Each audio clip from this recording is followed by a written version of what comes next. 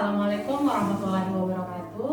Perkenalkan, saya Apoteker Nurul Mulisamus S.Pharm MSc, dosen tata program studi sarjana farmasi Universitas Mula Warman, Samarinda, Kalimantan Timur. Pada kesempatan ini, saya akan memaparkan terkait pelaksanaan pembelajaran pada mata kuliah yang saya ampu sesuai bidang keahlian saya, yaitu farmakologi 5. Mata kuliah ini merupakan mata kuliah wajib pada program studi farmasi yang ditempuh oleh mahasiswa semester 6 dengan beban studi sebesar 2 SKS.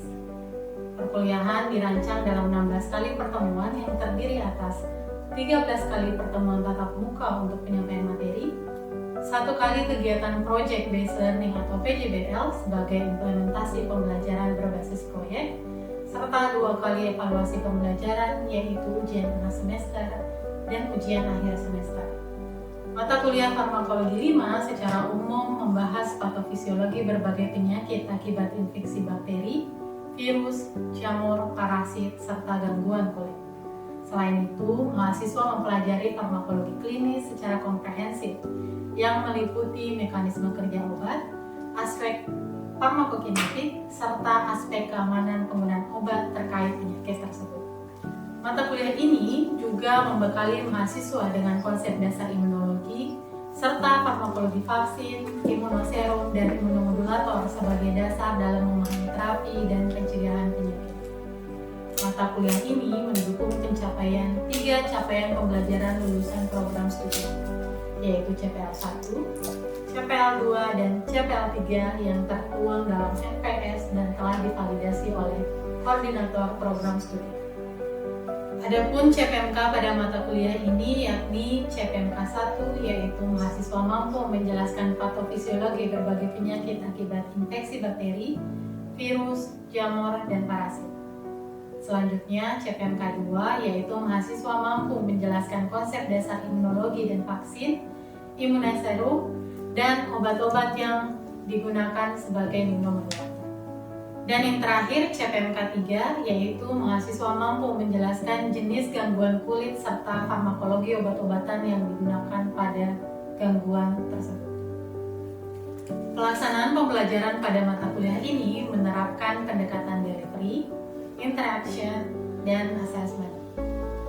Pada aspek delivery, saya menyediakan rencana pembelajaran semester atau RPS dan modul pembelajaran yang dapat diakses mahasiswa melalui sistem aplikasi belajar Universitas Mula Warman atau STAR sebelum perkuliahan berlangsung.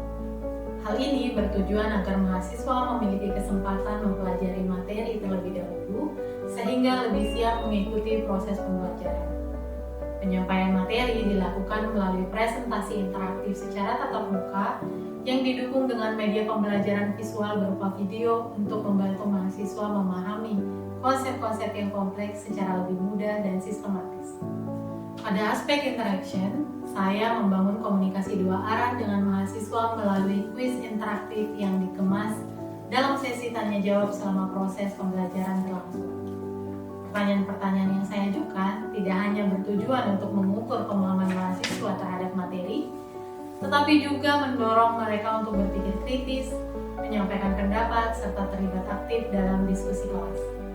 Pada aspek assessment, penilaian mata kuliah farmakologi 5 menggunakan skema penilaian dengan komponen UTS 25%, UAS 25%, proyek 25%, tugas 15%, dan efektif 10%. Adapun model pembelajaran pada mata kuliah ini meliputi problem based learning, lecture based learning, case based learning, dan project based learning atau PJBL. Adapun referensi yang digunakan dalam perkuliahan ini adalah modul ajar mata kuliah farmakologi 5 dan juga artikel bereputasi yang memiliki nilai kebaruan agar mahasiswa mampu mengikuti perkembangan ilmu pengetahuan.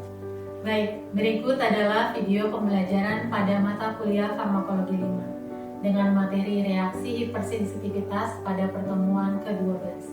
Selamat menyaksikan. Assalamualaikum warahmatullahi wabarakatuh. Waalaikumsalam warahmatullahi wabarakatuh. Ya, selamat pagi semuanya. Pagi, Bu. Salah satu topik yang akan kita bahas di perkuliahan hari ini adalah reaksi hipersensitif Ada yang tahu kira-kira dari segi istilah, dari segi bahasa, apa arti hypersensitif? Oke, silakan. Izin menjawab Ibu, mungkin menurut bahasa saya sendiri hipersensitivitas itu merupakan suatu bentuk reaksi yang berlebihan dari tubuh kita. Betul, betul sekali. Jadi dari dua kata itu saja sebenarnya sudah cukup menjelaskan apa itu hipersensitivitas. Jadi di mana momen ketika sistem imun kalian itu terlalu sensitif atau terlalu reaktif pada hal-hal yang sebetulnya tidak perlu reaktif. Contohnya apa? Kondisinya? Alergi. Misalnya ada yang alergi apa nih? Ada yang alergi nggak di sini? Alergi kacang misalnya, atau alergi seafood. Itu kan sesuatu yang tubuh kita secara normal harusnya tidak bereaksi, biasa saja sebagaimana orang lain pada umumnya. Tapi pada kasus-kasus tertentu atau kasus dengan orang yang mengidap alergi, hal-hal semacam itu, benda asing semacam itu bisa membahayakan untuk diri mereka. Nah, kenapa bisa terjadi demikian? Ya itulah karena disebabkan oleh sistem imunnya terlalu sensitif. Nah, tujuan pembelajarannya sebetulnya adalah kalian diminta untuk mampu menjelaskan klasifikasi reaksi hipersensitivitas. Ya, jadi reaksi hipersensitivitas ini ada 4 tipenya, nanti kita akan jelaskan. Kemudian kalian diharapkan mampu untuk mengidentifikasi perbedaannya. Ya, jadi apa sih bedanya antara yang tipe 1, 2, 3, dan 4? Ya. Oke, tadi udah dijelaskan ya definisinya sebetulnya. Reaksi hipersensitivitas itu adalah respon imun yang tidak tepat. Tidak tepatnya di mana? Ketika itu tidak berbahaya, dia merespon berlebihan. Tapi ketika misalnya dia harusnya nggak direspon, malah direspon.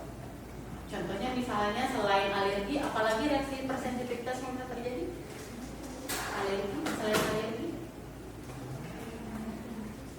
anafilaksis. Shock anafilaksis itu termasuk gejala yang timbul dari reaksi alergi. Nah, apa yang terjadi kalau shock anafilaksis? Saluran nafas jadi menyempit. Itu sebabnya reaksi hipersensitivitas itu berbahaya. Ya, karena bisa menyebabkan sampai mengancam jiwa. Nah, kalau misalnya kalian ada yang alergi kacang, mungkin bengkak-bengkak aja, tapi beberapa kasus itu bisa sangat berbahaya sehingga bisa mengancam jiwa.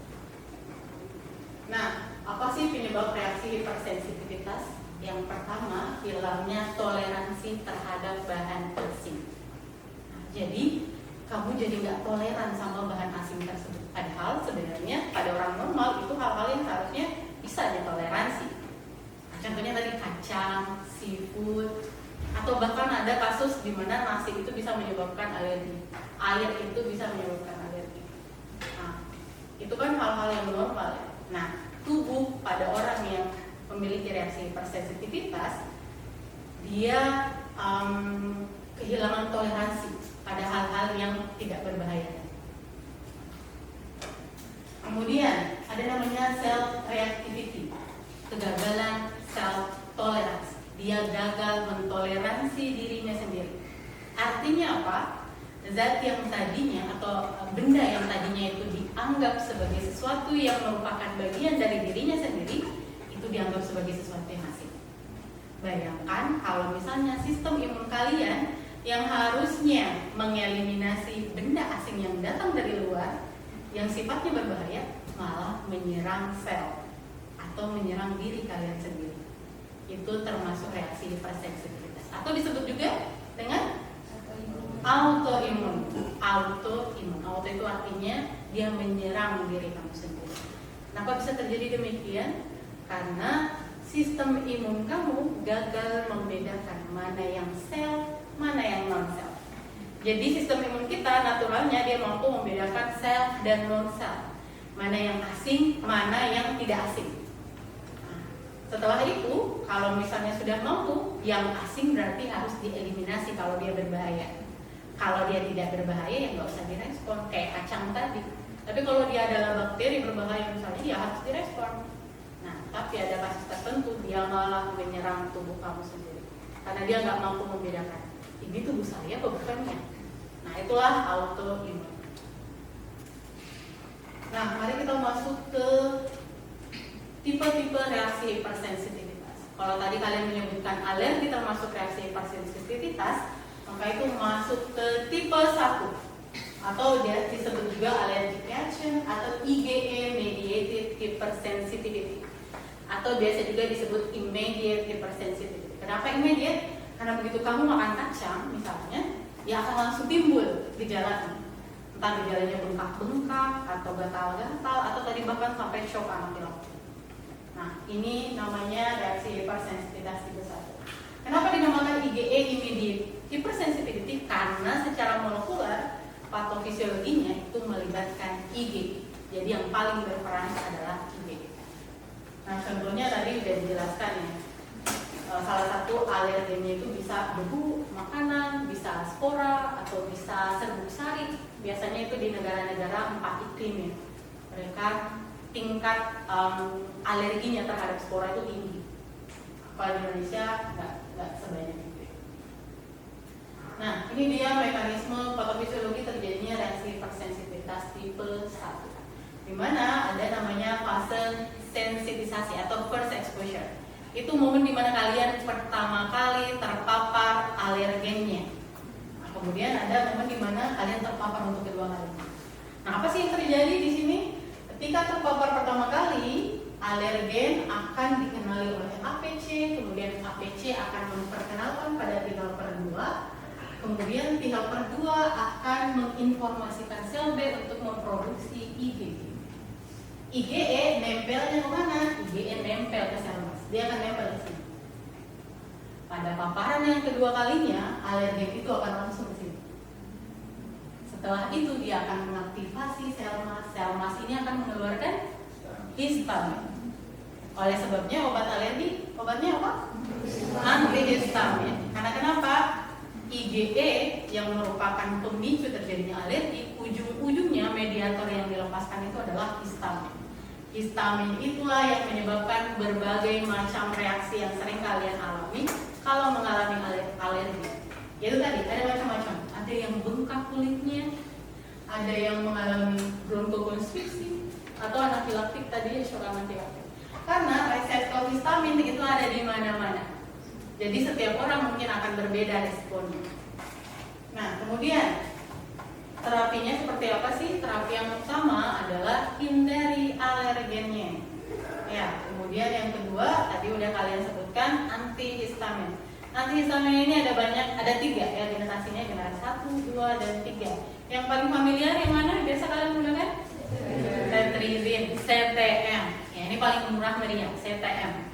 Habis itu cetirizine, kalau kalian nggak pengen ngantuk, kalian boleh pakai loratadine.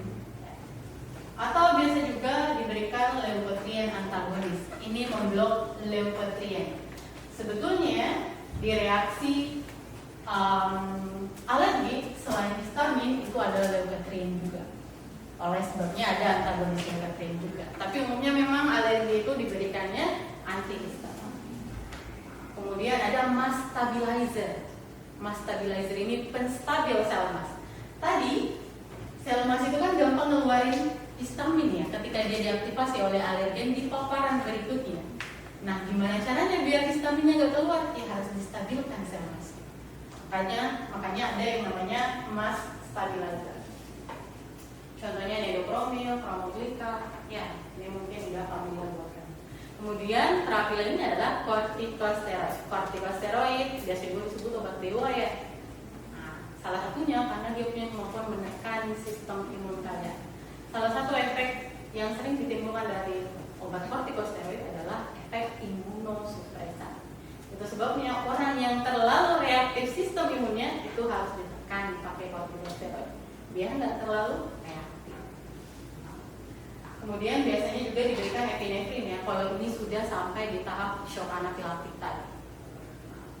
Kemudian kalau dia asma itu termasuk reaksi alergi ya. Salah satu penyebabnya adalah alergi, itu bisa diberikan bronchodilator. Atau bisa juga terapi yang lebih advance. Ada yang namanya imunoterapi, ini obatnya omalizumab. Nah, gimana sih cara kerjanya? Ini gampang banget. Kan tadi yang berperan untuk patofisiologinya antibodi apa? IgE. Nah, omalizumab kerjanya gimana? dia cukup mengikat IgG-nya. Biar apa? Biar nggak nempel ke sel mas. Kalau nggak nempel ke sel mas, paparan berikutnya alergen mau nempel di mana? Nah, sehingga nggak ada pelepasan histamin yang terjadi atau pelepasan mediator inflamasi lainnya.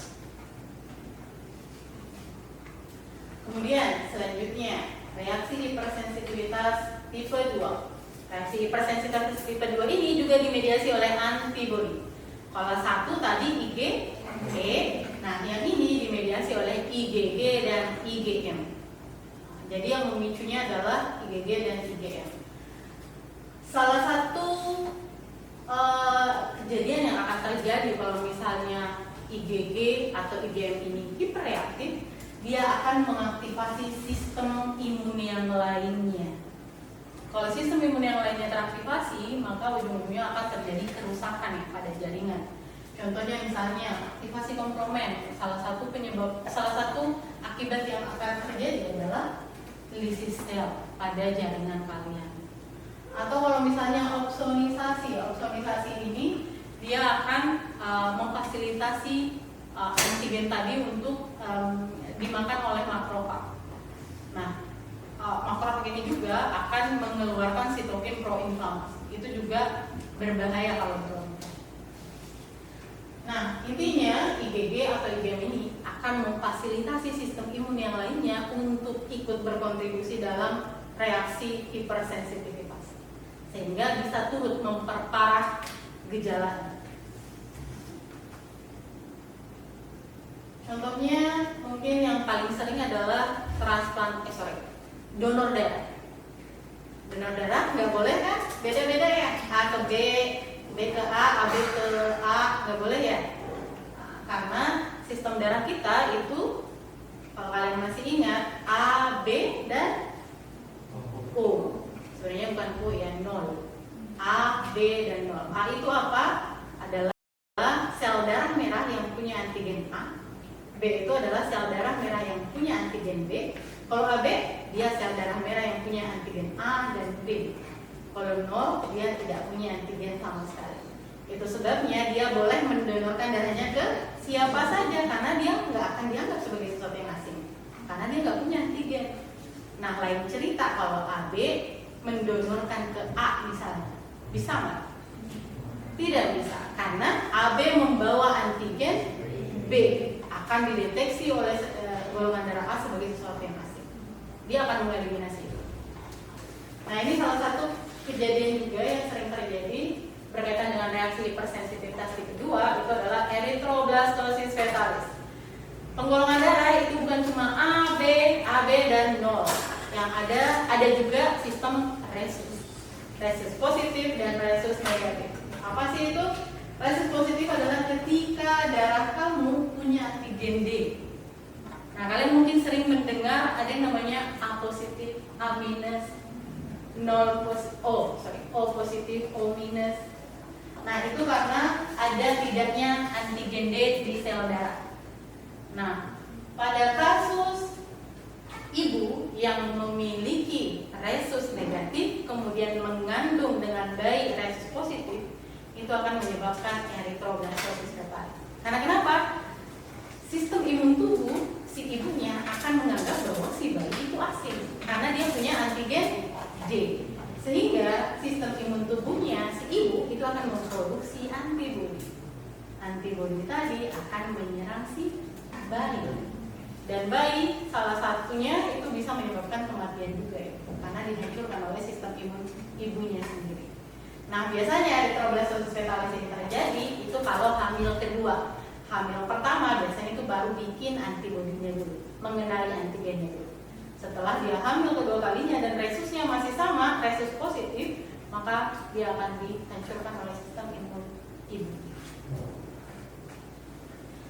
Nah, tapi tenang saja, ada terapinya ya buat ibu-ibu yang resusnya negatif, menikah dengan laki-laki yang resusnya positif sehingga kemungkinan hamil dengan resus positif. Ada yang namanya rogam. Rogam ini kerjanya seperti apa? Boleh dibaca. Kerjanya seperti apa deh? Mengikat dan menghancurkan eritrosit janin Rh positif. Ya, betul. Jadi kenapa sih sistem imun ibu itu bisa diproduksi terhadap si bayi gitu. Karena sebetulnya sel darah merah bayi itu kadang-kadang melintas lewat plasenta masuk ke sirkulasi ibu sehingga terdeteksi sebagai sesuatu yang asing. Nah, program ini mengikat si sel darah merah tadi biar nggak dikenali sama sistem imun si ibu, sehingga sistem imun si ibu nggak perlu diproduksi, ya antibodinya nggak perlu diproduksi, sehingga dia tidak akan menyerang si bayi. Ini mudah sekali ya. Kemudian kita lanjut ke reaksi hipersensitivitas tipe 3. Kalau 1, 2 itu difasilitasi oleh antibodi, satunya IgE, yang kedua IgM atau IgG, maka yang ini difasilitasi adalah oleh kompleks antigen antibodi. Jadi ketika antibodinya sudah mengikat antigen, itu harusnya dieliminasi. Tapi apa yang terjadi pada reaksi hipersensitivitas tipe 3? Kompleks tersebut mengendap di jaringan. Justru nggak dieliminasi sama sistem imun kita. Dia mengendap di jaringan. Kalau dia mengendap di jaringan, itu akan memicu inflamasi. Ini sering terjadi pada orang-orang yang lupus. Kompleks antigen antibodi mengendap di jaringan, salah satunya di sendi atau di ginjal, sehingga merusak fungsi ginjalnya. Sendinya juga biasanya mengalami inflamasi. Kemudian yang reaksi hipersensitivitas tipe 4. Ini disebut juga delay type hypersensitivity atau DTH. Kenapa? Karena dia baru merespon setelah 2-3 hari. Jadi ketika kamu terpapar bahan asingnya, tubuh kamu akan merespon sekitar 2-3 hari kemudian. Contohnya misalnya dermatitis kontak. Jadi dermatitis kontak ini sebetulnya penyebabnya bukan cuma karet ya, bisa kosmetik juga, bisa deterjen, bisa nikel untuk yang kerja di tambang, bisa tanaman juga. Jadi selama reaksi yang timbul itu telat atau delay, itu adalah reaksi hipersensitivitas tipe 4. Nah, siapa yang mau fasilitasi reaksi ini? Itu adalah sel T. Satu-satunya reaksi hipersensitivitas yang disebabkan oleh sel. Sisanya antibodi. Nah, ini dia perbedaan antara keempatnya. Belum saya jelaskan, mungkin dari adik-adik ada yang mau bertanya terlebih dahulu? Izin bertanya Ibu, boleh direspon dari bagian penggunaan program? Di sana kan tercantum nih kalau program itu diberikan untuk mengikat dan menghancurkan eritrosit janin dengan merah positif. Nah itu apakah sifatnya dia itu sementara atau dia bakal terikut ke dalam sistem imun dari janin itu sendiri? Ya, jadi darah itu sebetulnya darah janin yang masuk ke sirkulasi ibunya itu kan nanti akan ditangkap oleh rogam, ya. Akan dikenali oleh rogam karena dia adalah antibodi yang mengenali antigen spesifik yaitu eritrosit yang punya RH positif. Nah setelah itu, ini kan kompleks antigen antibodi ya, itu akan dieliminasi oleh sistem imun kalian. Dia dieliminasi oleh salah satunya sistem imun, organ yang berperan untuk eliminasi siapa? Limpa. Nah itu akan dieliminasi oleh limpa, dihancurkan oleh limpa, sehingga dia nggak akan balik ke sirkulasi bayinya. Jadi kompleks antigen antibodi itu harus dieliminasi dari tubuh. Ada lagi yang mau bertanya? Oke, sekarang satu orang deh boleh ngejelasin apa perbedaan keempatnya antara reaksi hipersensitivitas tipe 1, 2, 3, dan 4. Paling sederhana apa bedanya? Iya. Boleh? Juga Ibu, untuk paling sederhananya itu dari mediatornya Ibu. Kalau misalnya untuk hipersensitivitas tipe 1 itu mediatornya IgE. Untuk tipe 2 G sama M, G sama MgM. Sedang kalau misalnya yang 3 itu akibat dari pengendapan kompleks antibodi antigen.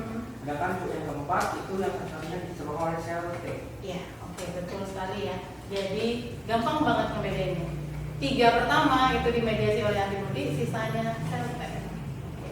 Pertanyaan selanjutnya. Seorang ibu golongan darah O hamil, janinnya golongan darah A. Mengapa tidak terjadi eritroblastosis fetal? Nggak ada antigennya. Oh, dia tidak punya antigen, tapi anaknya punya antigen. Bisa nggak dia memproduksi antibodi? Kan kalau dia punya antigen berarti kamu sesuatu yang asing buat saya. Golongan darah O itu adalah golongan darah yang sangat-sangat dermawan ya. Bisa ngasih transfusi ke semua golongan darah lainnya. Tapi dia nggak boleh terima. Karena kenapa? Dia akan mendeteksi A, B, O itu sebagai sesuatu yang asing. Karena dia punya antigen. Sementara saya nggak punya antigen. Kata si O. Nah, kalau misalnya si ibunya O, kemudian anaknya A, apa yang terjadi? Bisa nggak?